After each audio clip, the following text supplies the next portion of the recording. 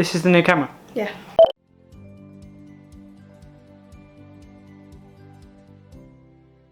I'm actually now just going to take a seat because I have some questions from you guys. Basically, I put on my Twitter that I was going to be answering some of your questions about starting a YouTube channel, and I finally got around to writing them on little bits of paper, and it has actually been a while since I've seen these, so it'll be almost like the first time I'm hearing these questions. So, I don't know why I sound worn out. It says, do you bulk film or film separately? How far in advance do you plan your videos? Do I bulk film or film separately? It kind of depends. I definitely did start bulk filming, so I would record 2-3 videos in one weekend. Now I tend to film just 1 or 2 videos a week ready for the next week, because I like to keep it as new as possible. Something might have changed since I've filmed it, etc. I think there's nothing wrong with bulk filming either, if that means that you're going to be more organised and you have it ready if you're going to be busy on that weekend or whatever. And then how far in advance do you plan your videos? I would say the ones that I produce on a weekend like this, I plan it maybe like a month to 6 weeks in advance. I do often swap and change when I'm going to post it, but the actual videos I do plan a good few weeks in advance. So the next one is, would you recommend starting a bookish YouTube channel? Yes, because it shows that you've got passion, it shows that you care about books, especially if you want to work in the publishing industry. It shows a lot of things really, and I don't think it matters that there are other bookish YouTube channels out there. Go for it. What do you like talking about the most on your channel? I think what I like talking about most is what comes to me more naturally. If it's an area that I'm talking about that I don't really have much experience in, I'm often having to look back at my notes, and then it takes twice as long because I'm having to stop recording or whatever, and when it comes to editing I'm having to cut those bits out. So I like talking about the things that come naturally to the most. So book reviews, because I remember what the book is about and I just talk from the heart.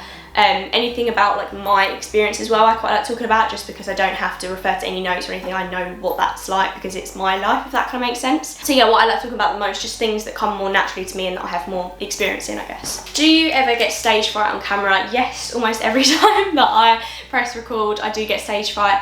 I get very nervous, I get very hot in this room as well. It's a very weird experience to talk to a camera when there's no one there and I can't really see myself or hear myself back, and so I have no idea what it's actually sounding like. So yes, I definitely do, but I'm also aware that I can just edit things out and crop things out, and so it doesn't really matter. But yes, definitely still do, and that's a work in progress, but yeah. Was it difficult to learn how to edit and film? Did you have training before? Yeah, so I kind of mentioned this, so film, I kind of just used like a basic automatic setting, and I kind of knew that before because I used to do photography. Did you have training before? No. So editing, I just literally learnt Premiere Pro when I got it and YouTubed everything. There's kind of like, it's quite basic when you go on, but then there's a few things that I wanted to know, like zooming in and changing the audio and cutting things, and just little like tips and tricks that I basically just relied on YouTube for. That I'd just be like, how to do this on Premiere Pro, and I still do that to this day. How much time do you spend on your channel? Too much? No, I don't know. I think I definitely used to spend a lot more, whereas now that restrictions are lifted in England, I've been trying to spend less time on it and put less pressure on myself.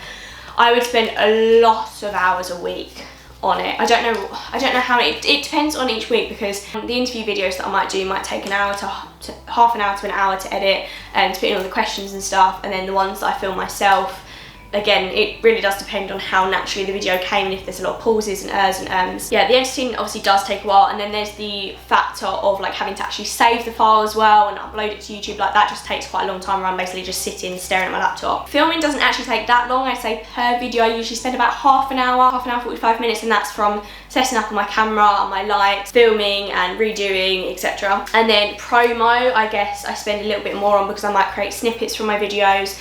I might try and like engage with people on social media, do my newsletter, etc. So I don't know, it depends on per week. I definitely work on my YouTube every day. So if I'm at work, it might be during my lunch, or it might be after work, or I might have scheduled for a video to post during work. And then yeah, weekends always. Second to last one. What is more effective nowadays, book blogs or booktube?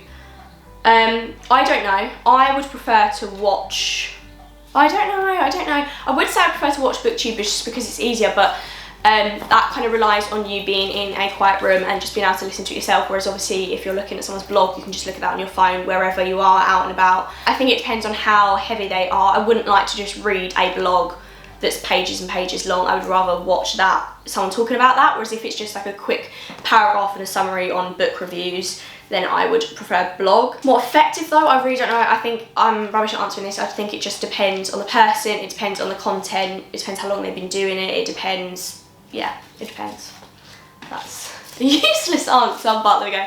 And last one, what is the best thing about doing YouTube? I'd say almost definitely like connecting with people. It's so like cringe to say, but yeah, like the kind of networking side of it and talking to people, and when like, I guess it's kind of like the praise thing as well. So like when people comment and say that they enjoy my videos, or they'll DM me on Twitter and say that they liked a particular video, or they have video suggestions and stuff, like that's always quite nice. And when it's quite personal like that as well, because a like on a YouTube video doesn't really mean anything and I can't see who did that. Whereas comments and people talking to me and people retweeting, that sort of thing is all really nice, because it's almost like validation, I guess, and people basically saying that I'm doing an okay job. So I would say that's probably the best thing about doing YouTube. So that's it, I've answered all your questions and talked about managing a side hustle. I'm sure a lot of you watching probably already have a side hustle, so I hope it's all going well.